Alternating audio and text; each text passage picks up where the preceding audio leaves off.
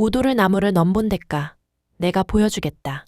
그 한마디는 그날 밤 조용히 그러나 치명적으로 AP그룹이라는 거대한 집안에 균열을 만들어내고 있었습니다. 안녕하세요. 드라마 깜빡입니다. 오늘은 다정함 뒤에 숨어있던 아버지의 진짜 얼굴, 그리고 감춰져 있던 죽음의 비밀을 파헤쳐 보겠습니다. 늦은 밤, AP그룹 대표실은 깊은 밤인데도 불빛이 꺼지지 않았습니다. 밖의 고층 빌딩들은 은빛 물결처럼 빛나고 있었지만 대표실 안은 그 화려함과는 완전히 다른 온도로 식어 있었습니다. 박진석은 위스키 잔을 천천히 기울이고 있었습니다. 그의 머릿속에는 몇 시간 전 들었던 말이 메아리처럼 남아 있었습니다. 회장님, 박순례 여사님은 현장에서 즉사하셨습니다.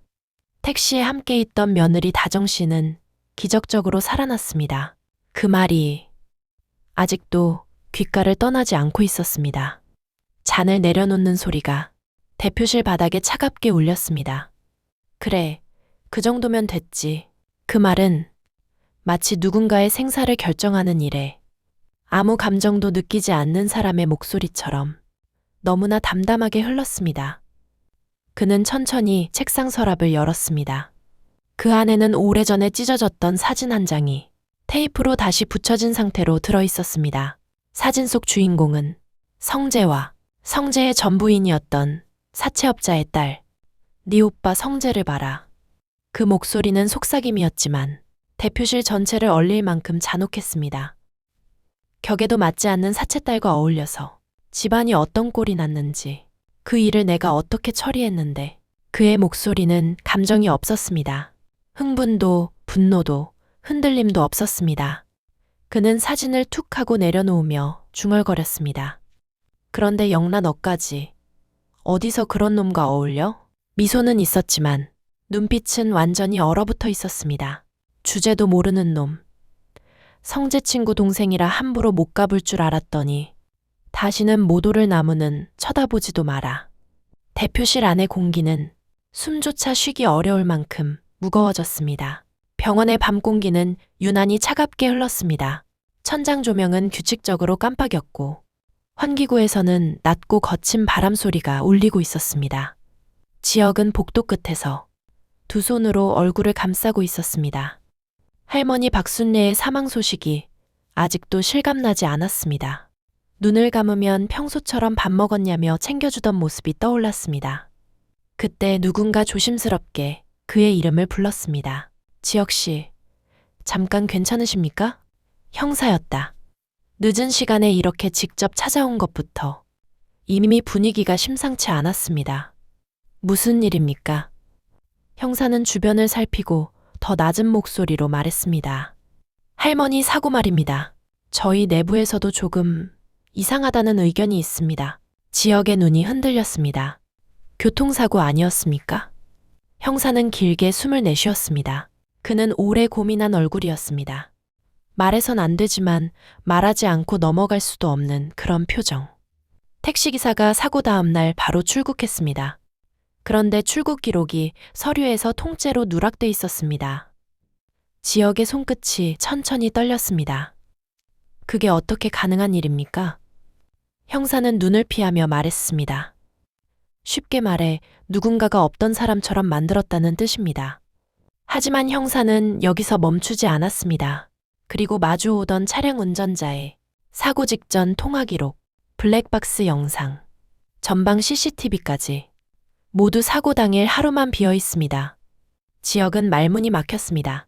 그럼 누군가 일부러 없앤 거라고? 형사는 고개를 살짝 저었습니다. 아직 단정 짓긴 어렵습니다. 하지만 보통 이런 패턴은 단순 사고에서는 잘 안 나옵니다. 그리고 형사는 지역에게 가장 충격적인 말을 남겼습니다. 보험 절차는 특정 VIP가 직접 진행했다는 기록이 있습니다. 특정 VIP, 그 말은 곧 힘 있는 사람이 옆에서 지시하고 있다는 뜻이었습니다. 형사는 마지막으로 한마디 남겼습니다. AP그룹 이름이 거론됐습니다. 지역의 숨이 크게 멎었습니다. AP그룹이요? 제가 더 이상 말하면 저도 위험해집니다. 지혁씨, 지금 할 수 있는 말은 딱 하나입니다. 조심하셔야 합니다. 그 말을 끝으로 형사는 뒤돌아 조용히 사라져갔습니다. 그때 멀리서 누군가가 급히 달려오는 소리가 들렸습니다. 영나였다. 숨이 목까지 차올라 말조차 제대로 나오지 않았지만 눈빛만큼은 단단했습니다. 지환 오빠는 어디에 있어요? 지혁은 놀랄 수밖에 없었습니다. 영나야, 내가 여길 어떻게? 성재 오빠한테 들었어요. 지환 오빠, 괜찮아요? 지혁은 말없이 병실을 가리켰습니다. 영나는 숨도 못 고른 채 뛰어들어갔습니다. 지환은 침대 옆 의자에 앉아 두 손으로 얼굴을 감싸고 있었습니다. 그 넓던 어깨가 작게 떨리고 있었습니다. 영나는 그 모습을 보는 순간 심장이 너무 아파 숨이 한 번 멈춰버렸습니다.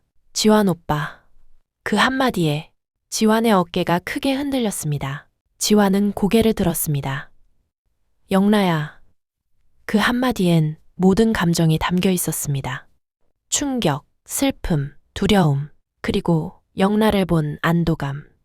영나는 천천히 다가갔습니다. 말 한마디도 건넬 수 없었습니다. 말보다 먼저 손이 나갔습니다. 그의 어깨를 감싸 안는 순간 지환의 숨이 크게 흔들렸습니다. 그리고 참고 있던 모든 감정이 무너져 흘러내렸습니다. 고마워, 와줘서. 나 진짜 혼자인 줄 알았어. 아냐. 오빠는 절대 혼자 아니야. 영나의 손은 떨렸지만 품은 단단했습니다. 나는 오빠 옆에 있을 거야. 오빠가 괜찮아질 때까지. 아니, 오빠가 원하면 평생. 지환은 대답 대신 그녀의 손등에 천천히 아주 조심스럽게 입을 맞췄습니다. 이 순간만큼은 세상이 아무리 부서져도 둘은 서로를 놓지 않을 것처럼 보였습니다. 지환을 위로하는 목소리가 들려오는 복도에서 지혁은 멀리 떨어져 서 있었습니다. 문틈 사이로 영나가 지환의 얼굴을 감싸 안는 모습이 보였습니다. 지혁은 숨을 삼켰습니다. 둘이 언제 저렇게. 하지만 다음 순간 그의 표정은 완전히 굳었습니다. 영나, 박진석의 딸, 그리고 박진석은 자신이 만든 세상에 어울리지 않는 사람을 절대 받아들이지 않는 남자. 그때 형사의 말이 다시 떠올랐습니다. VIP가 개입한 흔적이 있습니다.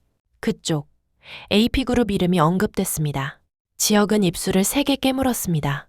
설마 회장님이? 그는 즉시 고개를 저었습니다. 아니야. 아직 단정하면 안 돼. 그럴 사람이. 하지만 뇌리에는 성재로부터 들었던 박진석이 처리해왔던 수많은 과거 사건들이 떠올랐습니다. 그리고 결심이 서는 듯 표정이 굳어졌습니다. 가만히 있을 수 없어. 증거를 찾아내야 해.